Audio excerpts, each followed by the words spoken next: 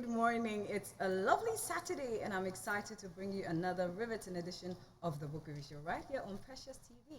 I'm Caroline Owusu Asamoah, and today we're going to talk all about sales. What's the difference between sales and marketing? And I have an astute lady here with me. I'm very honored to have her in the studio, and she shares my surname. We are not married to the same man. Anyway, that's just by the way. But Petra Aba Asamoah is a consummate salesperson. She has the rare distinction of having transitioned successfully from a frontline sales role through the middle belt of supervision to the executive level of strategy and sales, marketing, and customer service. If I said I should go on and on and on, we may not finish because it's so long. But she'll tell us more about herself. And today we're discussing Sales 101. Good morning. Mrs. Petra Aba Asamoah. Good morning, Mrs. Asamoah. How are you doing? I'm very well. I'm blessed. I'm so excited to be here. Thank God. And how are your kids? They're fine. Jaden and Joy, they're very fine. They're well. Thank God. And your husband? He's also well. And the sales team? Everybody's happy and jolly. Okay. So before we go to Sales 101, can you tell us what you've been up to? A little bird whispered to me that you've been going on and on, educating people about sales. But aside sales, what do you do? Wow. Okay. So that's it. I had already planned that every time you ask me a difficult question, I'll say, thank you very much for your question. So it gives me time to think.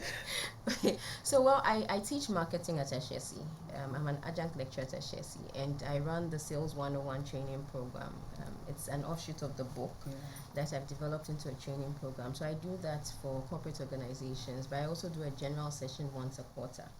And so every quarter, I open up to a general session for people who want to take part in the Sales 101 training session to be part of it. And the next one is in December. So that's generally what I do. I co-run a company called Exemplar Innovations with Mr. Asamoah. And the four main things we do: printing, publishing, training, and events. So, yeah. That's good. That's understandable. Yes. Aside taking care of the family. Yes. I mean, being a wife is a full-time responsibility. Being a mother is a full-time responsibility. Being a volunteer in church is a full-time responsibility. Being a sister and an auntie and all the other things I do. They are all full-time. Yes.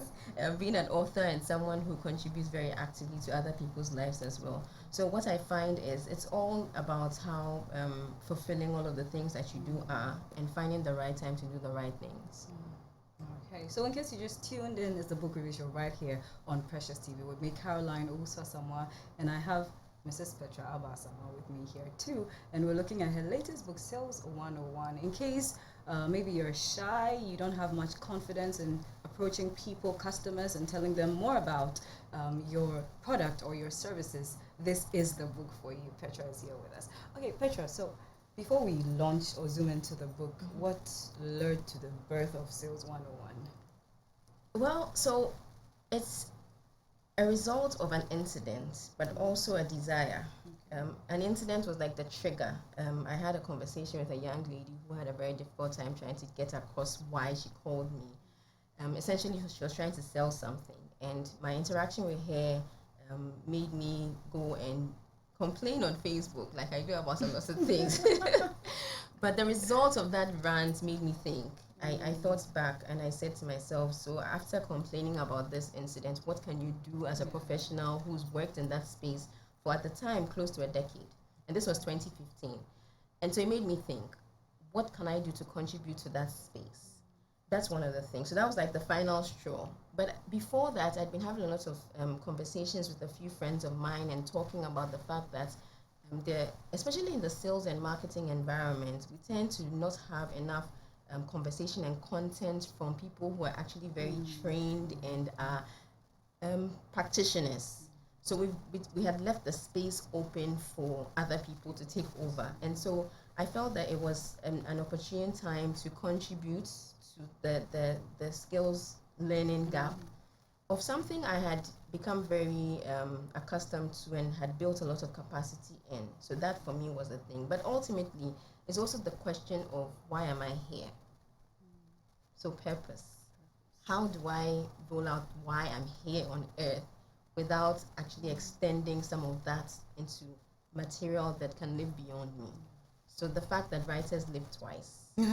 was the undergirding reason why I feel that it's important to write, and it's important to immortalize your thoughts and your opinions in books.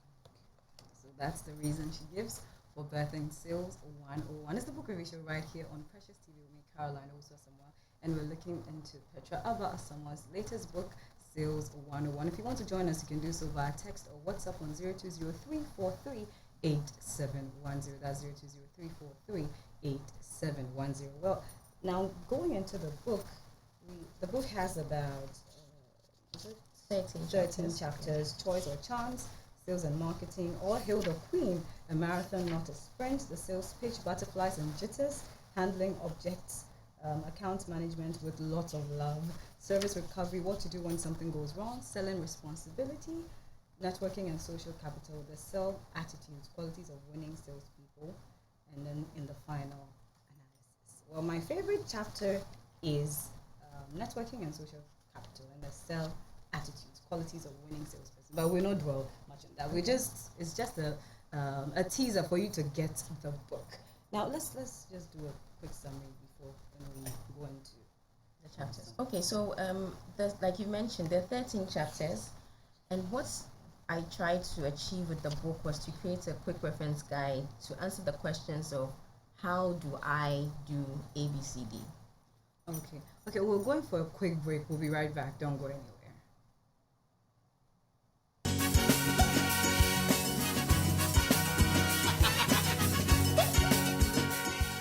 All right, thanks for staying tuned. This is the Book Review Show right here on Sweet Ben. Sorry, on Precious TV. Well, I have Petra Aba Asamoah in the studio with me, and we're looking into Sales 101. She was telling us something about the book before we had to go on the break. Petra. So, Sales 101 has been, I wrote it to be a quick reference guide. Essentially, I took myself back into time of when I started out and how very confused I was and very frustrated most times.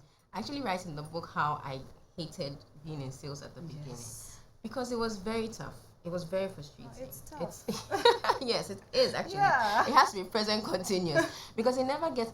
You build a lot of capacity to make it a bit easier, but selling is a skill that requires a lot of exertion. So it's a quick reference guide in terms of giving you the basics of answering the how-to questions. So I outline about 22 questions of frequently asked questions by entry-level salespeople. So what do I do when I meet someone for the first time? How do I generate a prospect list? So I'm hired into a company and I'm told, go out and sell. Where do I go? How do I qualify that list? How do I ensure that I'm saying the right things? What should I say?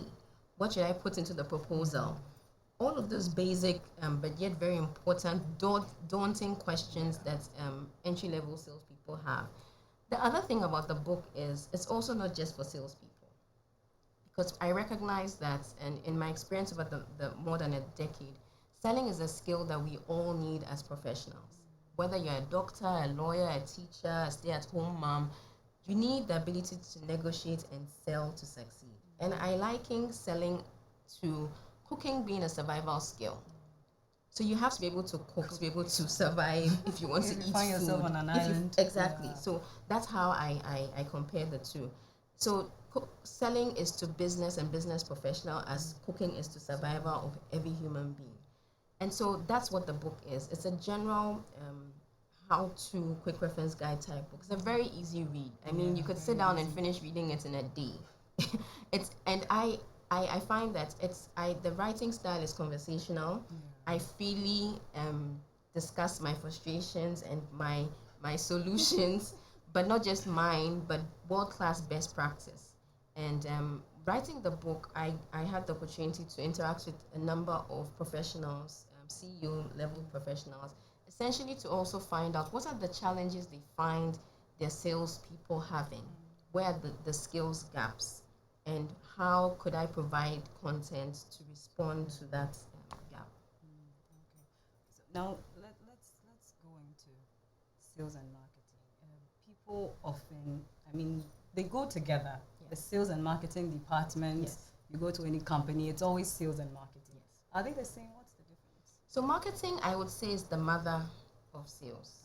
Okay. Marketing is the broader thoughts, body of knowledge. So I'm a chartered marketer, but I'm a sales practitioner.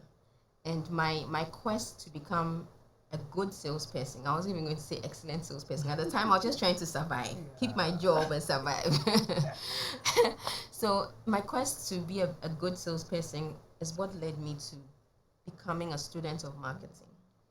But I quickly discovered that in all of the things I was studying as a student of the Chartered Institute of Marketing, and at the time it was CIMG, so the Ghana chapter running training programs for CIM UK, that a lot of the things I was studying were around branding, creating awareness, communicating value, deciding on what do customers want and need, and how to meet those expectations and exceed them, how to go about market research, how do you generate customer insights, all of that.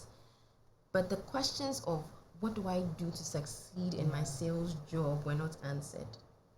And so I quickly realized that aside of just the knowledge side and the theory of marketing, there was the sales side of it being a skill that we still had to develop. Thankfully, where I worked at the time, there were a lot of programs in-house to help build capacity into that area. So training on the job, training abroad, mentoring from senior colleagues, hand-holding, coaching, all of that supported it. But I found that that system didn't exist everywhere. And so people are thrown in to a sales job and expected to succeed, and they swim and they drown. And so the distinction for me is essentially that if marketing functions properly, selling becomes much easier. But everyone in the organization must have a sales orientation, must have the mindset that the bottom line is important to our business. Everyone. So everyone, whether you're in finance or technical, whether you're someone in IT, whether you're just someone who is welcoming people at the front desk like I used to when I started off, you have to have the mindset that what I am doing is an input to support the bottom line. And so that's one of the things I talk about in the book, and I try and emphasize in all of my training. Because we can get comfortable and think that, okay, I come to work and I'm in finance, and my job has nothing to do with what the salesperson does or how the company makes money. But it has everything to do with it, because all of us as a team in the company, our input contributes to someone's output. And so the distinction for me essentially is that selling is part of marketing. Selling is actually catered for as part of the marketing communications framework in marketing, as one of the promotional tools of how do we extend the value that we've created for customers, let them know about it. So the personal selling part of it, the one-on-one interaction, to go and sell your value proposition, to let customers know this is what we have, to do the negotiation, to do the leads generation, all of that. But I also advocate that marketing must function very well. Because if there's no awareness, the brand is not recognizable, the customer doesn't know about the brand, the salesperson has a Herculean task to fulfill. Because when you show up at a prospect's office and you say, I am from company A, what is company A? Is marketing's function to ensure that by the time you get to the customer, the prospect, they already have some awareness, they already know about you, or they have some good feelings towards you already. The position is right. They have a sense of what you are and who you are, and you are just, the salesperson now goes to further that conversation. And so sales and marketing works together. Marketing must focus on the long-term building of the brand and awareness and positioning, and making sure that it softens the ground for the salesperson. I mean, you can interview salespeople across industries. Wherever marketing is not vibrant and deliberate, salespeople struggle. Interesting thoughts out there. It's the book we should right here on Precious TV with Mrs. Petra Aba Asamoah. We share the same name. Okay, so if the marketing team doesn't do its work well, then the sales team suffers. Yes. And if the sales team suffers, then it affects the whole company. I mean, we can't pay bills if we're not selling. The organization will not thrive if you're not selling. That's the bottom line. I mean, the essence of business is to remain in business. That's the whole point. If you're not in business, you're not making money. Yeah. You know. So I also talk about account management with lots of love. I talk about all hail the queen. these are chapters in the book that focus on the customer. All Hail the Queen is essentially the customer service part of the sales conversation. And we can't succeed if we don't recognize that the customer is queen. And whatever the queen wants, the queen gets. And so that's the truth. That's a hard one. Some customers can be really. Yes, I mean, and rightly so. I joke all the time and say I can be in my private life. I'm a very demanding customer. And it's important that we recognize that one of my former bosses, Park Bushim, used to say, the customer is the boss. The customer is the most important part of this business. There's a whole quote that is attributed to Mahatma Gandhi that says the customer is not an interruption on our business. The customer is part of it. The customer is not worrying us. The customer is giving us an opportunity to serve them, all of that. And I asked the question, do we really believe that the customer is queen? Because then I use the analogy of who is the most important person to you in life? Who is that one person you want to meet? And I throw this question out all the time when I'm in training. And different names come up. And you could say maybe it could be Bill Gates. It could be the Asante Hene or the Ochi Hene or the Gamanche or the Lamanche or whoever is that prominent person in your life who you've always looked forward to meeting. And what happens when that person walks into the room?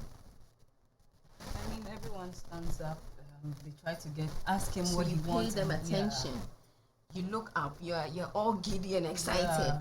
That's how we should treat the customer. If we recognize that the customer is the most important part of our business, the customer is not external to our business. In marketing, when we're talking about stakeholders, we consider the customer as actually part of our internal stakeholders, our micro environment. And so if we consider it in that sense, when the customer walks in and you're on the phone, you won't have your head bowed down when the Asante Hene walks in. You won't have your head bowed down when the most important person you've always wanted to meet walks in. You would acknowledge their presence. You would smile.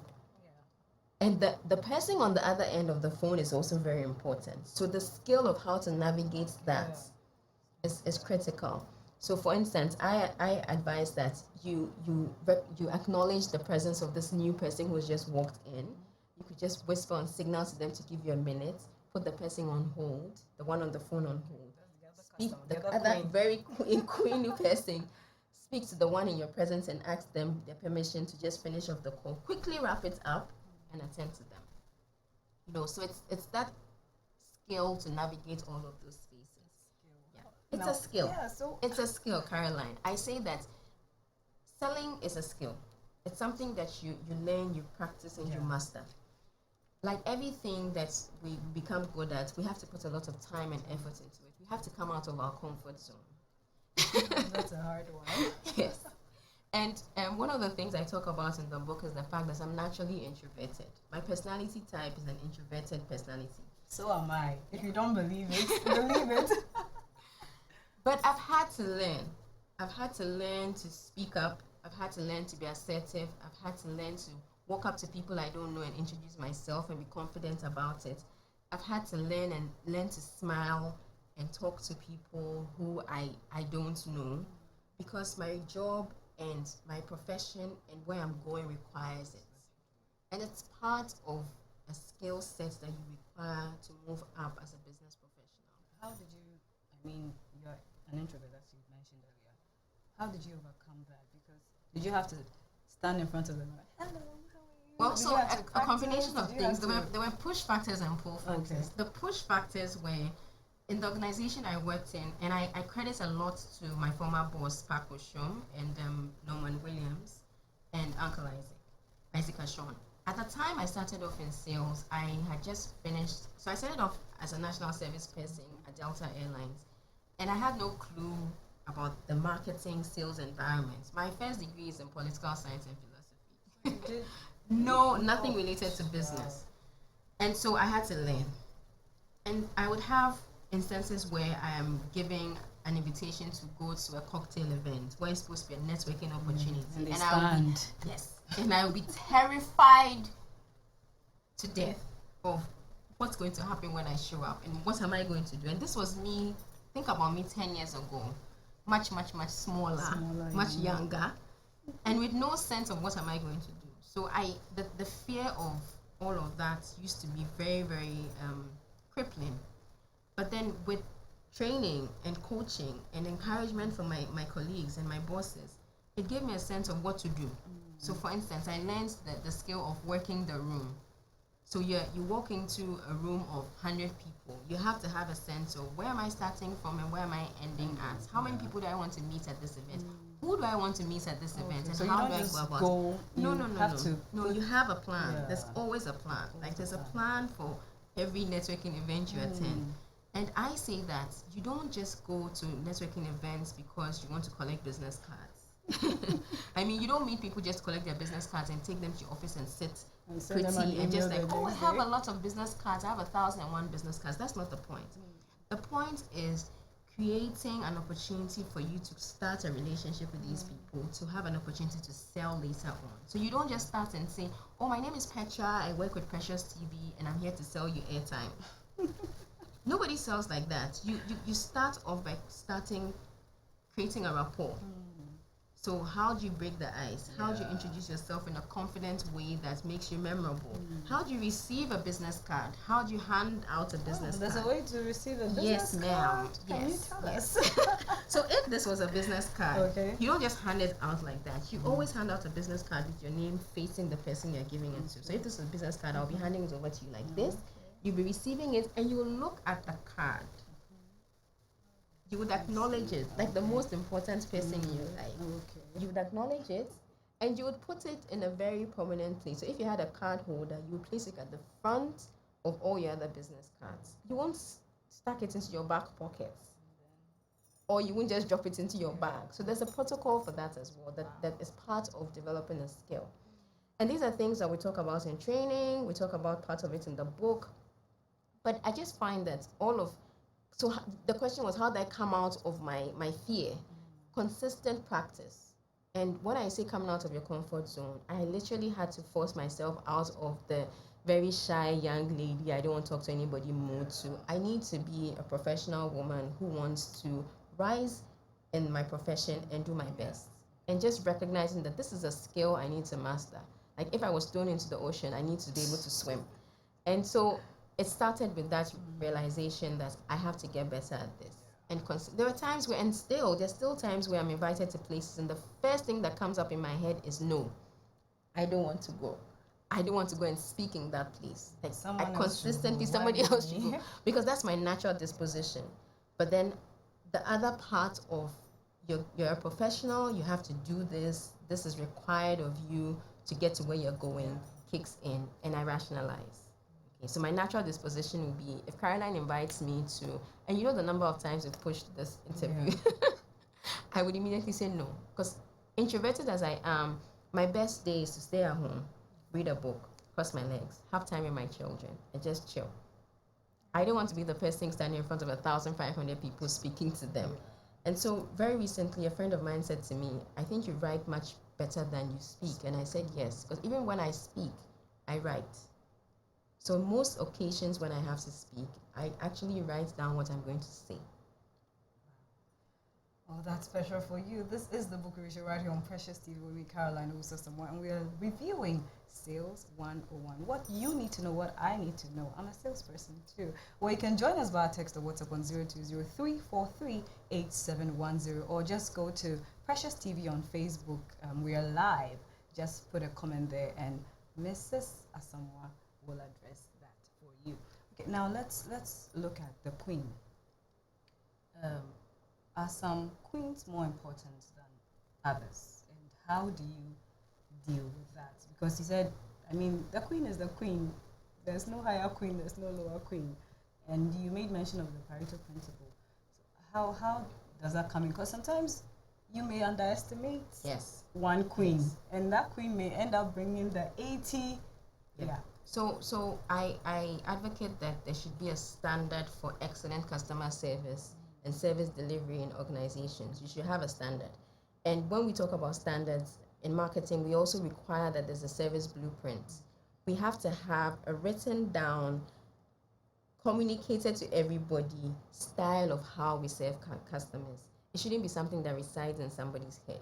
It shouldn't be something that we assume our people would know, or we just do it. We're relying on their good nature. Yeah. It should be communicated. It should be a policy. It should be a routine that everyone knows. So that's one thing. And so everyone, all our customers should be treated excellently. What we then have to consider is in every business, what the Parietal Principle essentially says is that there's that very small group of 20% of your business that accounts for 80% of your revenue. Like 20% of what we put our effort into yields into 80% of our results. And I've tested that and I know that it works. It's really true. works. There's always this group of customers who bring into you majority of your business that you have to treat special, extra special. Extra special. Yes.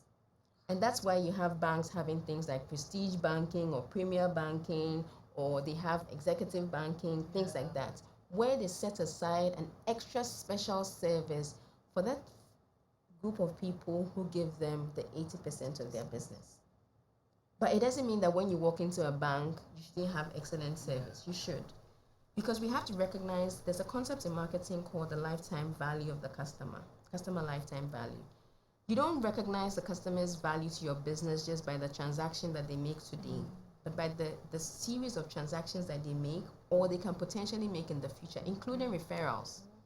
So if I buy something from you today, I have the potential of bringing you extra business by just telling my family and my friends. And word of mouth is the holy grail of marketing communications. It breaks or makes you. Yes. So whether we see an advert on TV or we hear an advert on radio, we see a billboard, we still are more inclined to listening to our family and our friends when they recommend things to us. And that's why social media has become such a powerful tool.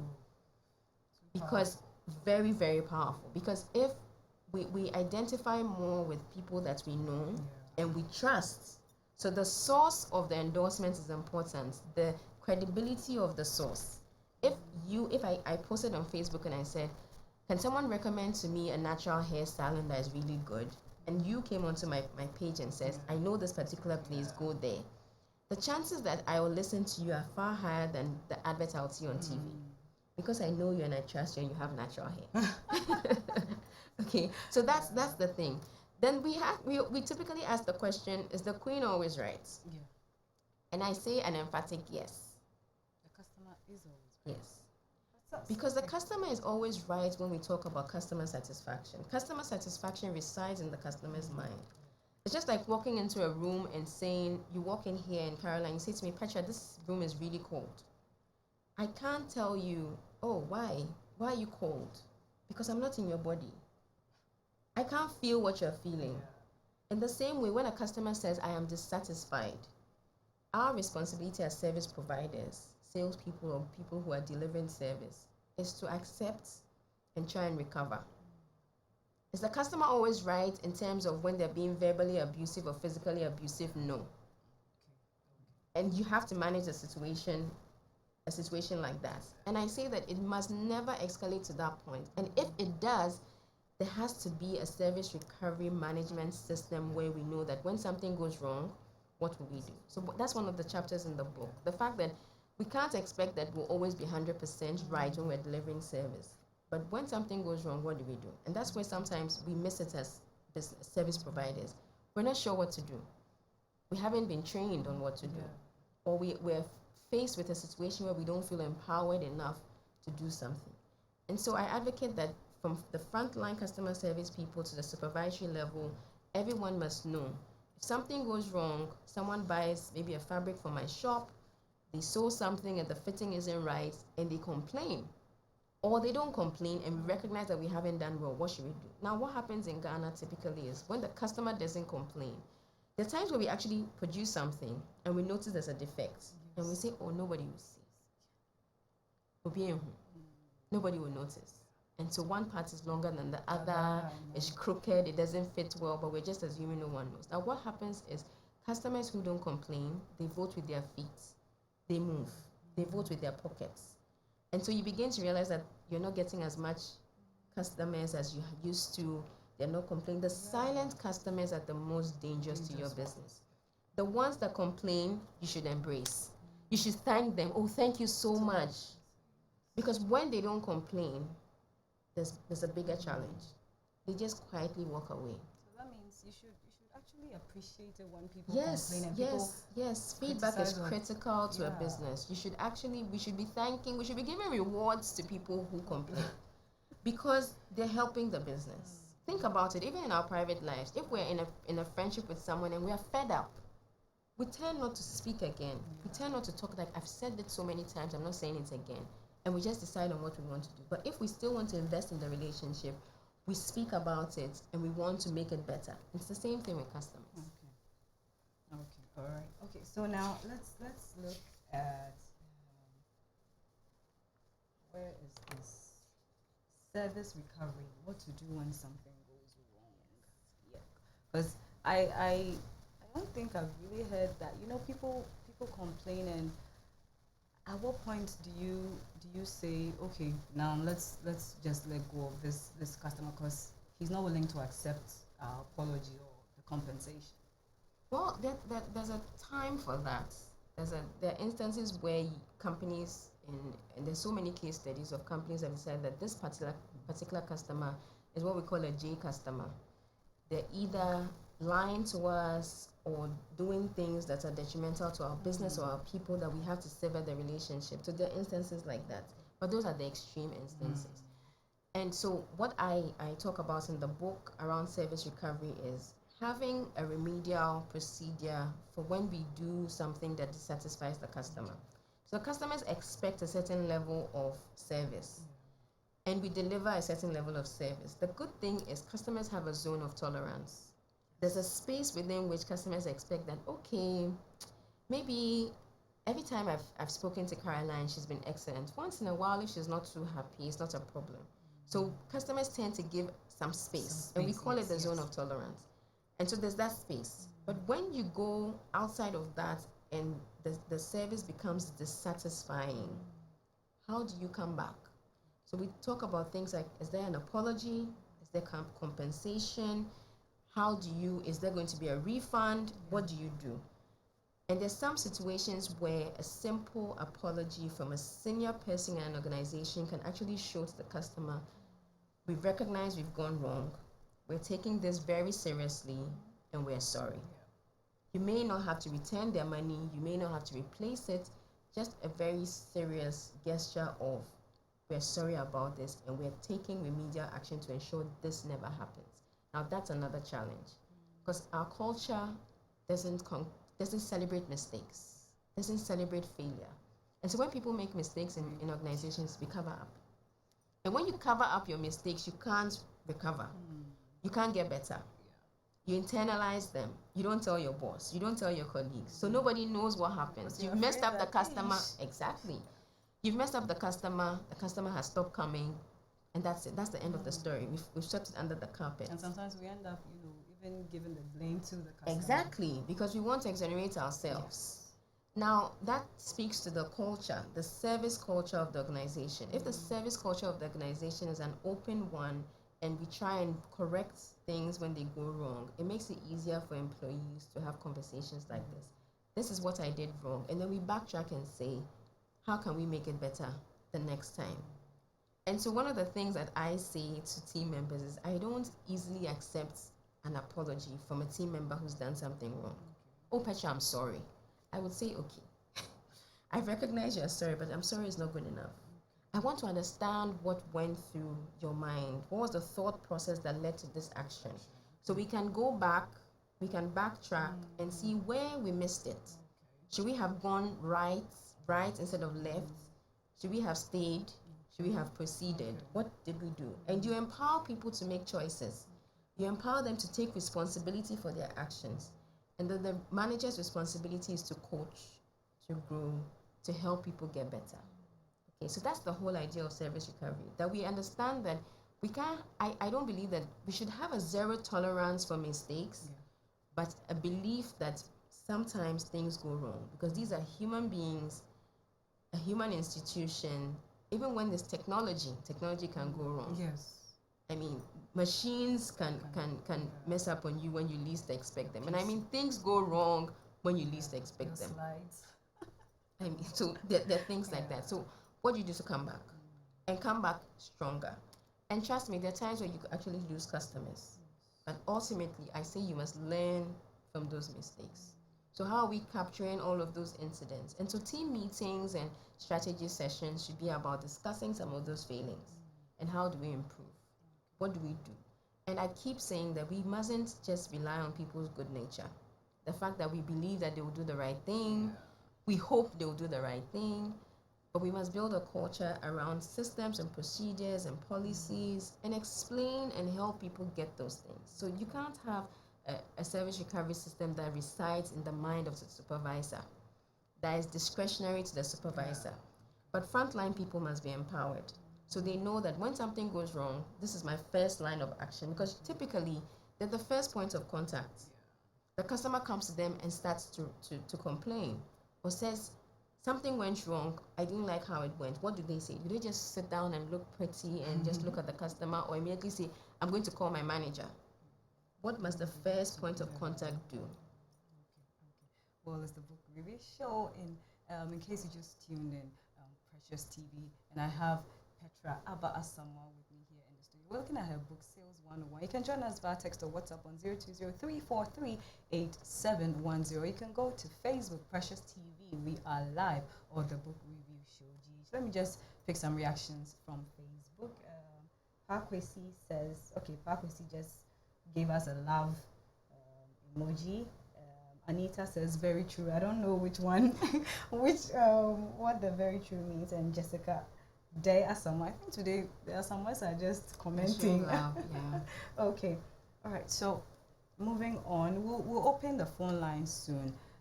Don't worry. But let's look at the networking bit. I think in the question I wrote something about informal sales or something like that. Now, the networking process, how do you go about that? Okay, so if you permit me, I'll just read a few lines from that chapter. So it's chapter 11, and the chapter title is Networking and Social Capital. And the proverb, for every chapter, there's a proverb or a saying. And the proverb I chose for that chapter is, if you want to go fast, go alone. If you want to go far, go with others. Now, networking is an age-old concept that we've always had, and different cultures have different ways of describing them. In some cultures, in Ghana, it's what we describe as who you know. Yeah. And we tend to say who you know in a derogatory sense, like, oh, who you know, you're getting things that you don't deserve. But that's not true. The idea of networking is the belief that you're always maybe 4 or 5 people away from someone you want to meet or something you want to get. And so how do you build your network of friends and family and acquaintances around where you're trying to get to? Okay, so it's not just collecting business cards, like I said, and waiting till when you finally need a national service placement for your friend to call that person that you have their card. No, it's about intentionally building relationships with people, because you want to be able to support them when they need support and be able to receive support from them when they need support. And so it's a two-way street. It's something I feel that we may not have utilized quite well on this part of paradise. And so it's an area I feel that we can develop into. I'll just read a few lines. So in the chapter is chapter 11, and turn around and run. Run as fast as you can. Get back into the car and vanish. You walk into an event with a room full of strangers, in quotes. Everyone seems to be smiling and having a good time, and here you come, feeling invisible. You received an invitation for an event, a networking opportunity, and all you think of is all the reasons why you should not attend, but go straight home. My favorite excuse to myself was, I already know all these people. I was right. I knew quite a number of the people I met at corporate events I attended after a long while. But that was no excuse not to keep attending. There was always a new opportunity to meet someone new, or to start the conversation on potentially new business, and in some instances, just to have some fun. And so when we talk about networking, it's not always that you're just going to say, I want to sell something. You're actually going to make friends. You're going to try and start acquaintances that you believe may or may not be potentially useful in the future. Think about when we first met, 3-4 years ago. I had no idea that you'd be the host of a TV show. Yeah. But we've kept in touch. Yeah. We've kept talking. Once in a while, you send me a note, I'll send you a note. Caroline, how are you doing? Petra, how are you doing? That's how you build a network. You don't wait until, oh, Caroline is now the host of a TV show. I want to be on that show. Caroline! It's No. true. We do that a lot. We do that a lot. Because I we mean- wait till the people. Yes, I mean, we see yes. what you we have want to and be then, genuine about your relationships. You have to be genuine about your relationships. I mean, once in a while, going out of your way to check up on people. You've noticed that this particular person is no longer as active as they used to be in your social circles. Check up on them. And I find that one of the best ways to sell is to sell based on relationship. Lots of love. Lots of love. I mean, the people you should be able to call and say, I'm doing this. Can you please share my post? Can you please tell your friends and your family about it? And I can't emphasize this enough. There's so many opportunities I've gotten this year that I haven't gone to pitch for, I haven't sent a proposal for. I just got a phone call from someone that says, I think you'd really be good at this. Can you call this person and talk to them? And I've already spoken to them. And so when I go, I'm just going to negotiate on price. My favorite part. My favorite part. Okay, so, but it's critical.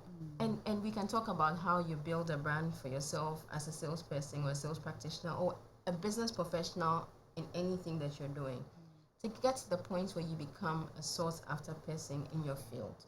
So that's something that we can think about as well, because your network has a huge impact on your net worth, how much you are, your stock price.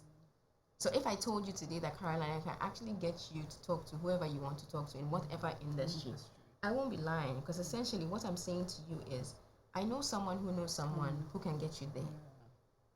And I could actually know someone who, when I say, Caroline, just go to them and tell them Petra said, it will open doors. So that's where we want to get to. And it's a consistent effort at being a genuine friend to people. Genuine. Genuine. Keyword. That's Genuine. the key word. Yeah. I mean, it shouldn't be about, I'm just waiting so when I need something and I know Petra. And I say that social media is a powerful tool also because I've met people who, I'm friends with people on Facebook, I follow people on Twitter, Instagram that I haven't yet met in real life, but we're acquainted and we keep in touch. And if I needed something from them, I could ask. And if they needed something from me, they could ask. So it's using all of these tools. And you're thinking of, so I'm a sales practitioner. Where do I find the contact for Mr. Mensah, who's the CEO of company Z? You can find it online. You could actually reach out to Mr. Mensah through Facebook or LinkedIn or wherever. And I find that people are more inclined to be a bit lighter when you approach them through informal means. So you send me a message on Facebook and say, oh, hi Petra, I really liked the show today. I saw you on Precious TV, just saying hello. And then a week later, hello Petra, this is what I do if you're interested in it. Instead of just sending me a message and saying, I sell footballs and I want you to buy a football because I heard you had a son. You know, it's the reverse. It's the fact that we have to be consistent in trying to build these relationships. But there are also times where salespeople, yes, you have to cold call. And cold calling is tough. So this is where you don't have an appointment, you don't know anybody, you just walk in and you have to try and start to sell. And that's also an area of skill that you have to develop. How do you get an appointment, or how do you even get audience when you don't have an appointment? What do you say? Okay. So I can't say everything on the show. I'll leave it to them to read the book. Okay, so now let's look at you going to the event. You see, I mean, looking at our part of the world, you see a lot of men standing there, chatting, and how do you break, I mean, through? How do you go introduce yourself? There's top executives, top CEOs, bosses, and whatever. How do you break the protocol of, hi? So one thing that worked for me was planning. So planning how I was going to navigate the space. Like I've told you, if you're introverted like I am, you have to be very intentional about a lot of things. What am I going to say? So knowing what you're going to say is one thing, but also planning how you're going to go about it. So one of the things that worked for me was with cocktail events, I would typically arrive on time to meet the host. And so I'm not the person who is walking in when everybody has already settled down. So I'm meeting the host and I'm meeting people as they arrive. And then you begin to get to know people in an easier way instead of walking when everyone is already settled in and they've already made their friends. And trust me, a lot of those conversations you see happening started for the first time at that event. We assume that, oh, they already know each other. That's not necessarily true. The times where you just go into a place and you end up realizing that the people talking around this table just got to meet each other on that day. And that's because they've also built the skill of talking to new people. So you also have to be a good conversationalist to talk to people you don't know. You can't just start talking about your product or your service. You have to have a wide repertoire of things to talk about. From international politics, international politics is a safe space. But you have to be careful about not getting into controversial matters because you just walk in. You know how very polarized we are. You walk in and start talking about an issue and that becomes the very controversial, heated. That's not what you want. So you talk about very interesting things. So things like football. And that's where I developed an interest in football. Because even though I played football in primary and JSS, knowing the teams, knowing what's going on in the league, knowing who is not being very excellent at this point, like the red team, but knowing that the blue Chelsea team is doing wonderful right now, knowing what's going on, it helps you have those conversations. Okay, so you typically want to have a wide array of different things. My producer says I should tell you Liverpool is doing better than Chelsea, actually. That's well, just by the way. I don't look at that part of the league table. So it's knowing all of that and knowing how to just be a pleasant, personable person who's having conversations. And being well read. If you don't know a lot of things, you can't have a lot of intelligent conversations. You are just nodding. Yes, you're just nodding. And you have to be knowledgeable. You have to be knowledgeable about a lot of things. Like if you don't know what's going on now in different parts of the world, you don't know that there's a wildfire in California, you don't know that people are dying, you can't show empathy, you don't know what's going on, that the Nigerian election is coming up in February, you don't know that they have 70 plus candidates, you don't know what's going on locally. You have to have tips like where are the best places to go for different things. If for instance you're meeting people who are expatriates, can you be like a guide for them on your city?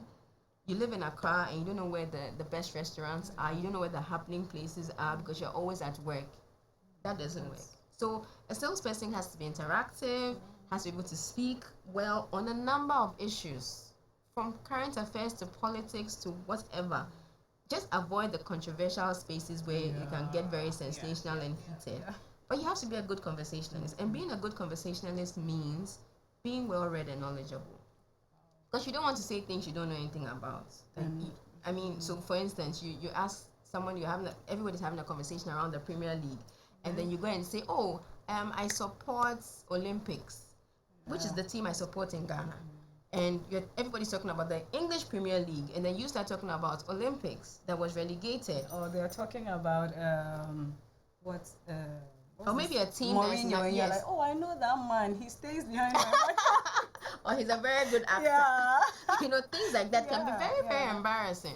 So you just having a good sense of knowing a lot of things. You don't have to be an expert in everything, but having a good sense of different things. Okay. So knowing that the special one is no longer really the special one. Like he stopped being the special one. But Mourinho is no longer the special one. My producer said only that day. Yes, Oli Dade is Oli Dade, Oli Nkonso, Oli Rosalinda, knowing all of those things and knowing who to follow and what to do. This is interesting. So, and if I'm having this conversation with you, the first time I've met you, we're going to be laughing like this and talking. And at the end of the day, Caroline, can I have your number? Oh, sure. And I'm going to call you tomorrow. It's not going to be a chore. You remember me as that really lovely, interesting person who talked about so many things. And when I call you and say, you know what, I would like you to enroll. I'm doing this sales training in December.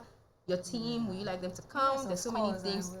It's much easier. It's much easier for you to say, Petra, I'm not the one who handles that, but let me introduce you to the HR department or to the sales manager. And it's an easier conversation than me walking into your firm for the first time and saying, I want to meet the HR manager. Do you have an appointment? No. So that's the thing. Wow, amazing how time flies. I'm so amazed at how time has flown. But where can we get the book to buy? How much does it go for? Yeah, So the book is available in a number of outlets. Okay. It's available online on Amazon.com. So that's the first thing. It's available at the Perez Bookshop. You could also get copies from Book Nook Bookstore, which could be you could find them on Facebook, Walking Books, Store Foundry, or from the front desk of 3FM in the TV3 premises. Or if you want to talk about training or anything like that, you could call the publisher on 027434400. It's the number again. 027434400. Or just simply follow me on any of the social media pages. Is my name, Petra Aba Asamoah. It's only on Twitter that I'm at Aba Asamoah. Everywhere else is just my name. Okay, so before Petra goes, can we have your final words to salespeople out there? Well, I would say if you found yourself in sales, so whether it was by chance or choice, you need to make the best out of it. We know that sometimes finding a job or staying in a job can be tough, but mastering the skills that you need to succeed are important. And this book can help you do that. Like I mentioned earlier, we run quarterly trainings. The last training is going to be on the 14th of December. At the Nagwat Lyceum in Adabraka. And so you can also call the number that I mentioned earlier to get further information of it. But we also do bespoke training. Okay. So if you want us to train your team on different things around the sales process, where you feel that there are needs within the selling process that you want us to address, we can do that. And so I'm very excited to be here. Thank you very much. But my final words would be, if you find that you're swimming and you're confused, just find the resources that you need to get better. I didn't start off where I am, but I've been consistent in trying to get better, and I'm happy at where I've gotten to now. And it's still a work in progress. So just think about yourself as being a work in progress, and keep being intentional about improving yourself. Wow, that's wonderful. Thank you so much. Thank you for having me, Caroline. It's been a wonderful session with Liverpool, Lolita Day, and everything about. Oh, wait, one thing. Yes. The Black Queens are playing the opening game today. And I mean, everyone should go out there and support them. I'm going to be in the stadium with my whole crew of children and nephew and all. So, yeah, we're hosting and we are winning. Oh, I can't be there, but I'm sure I'll watch it. I have a wedding anyway. So, in case you just tuned in, I'm sorry, but you can go to Facebook, and tomorrow at 2, between 2 and 3 p.m., the show will be repeated on Precious TV. So I'm so sorry you just tuned in. It's the book review show right here on Precious TV, and we had Petra Aba Asamoah, my namesake, and I'm Caroline Owusu Asamoh. We talked about Sales 101, what everyone, you and I, need to know about sales. Well, tune in same time next week. Another book comes up. Bye from me.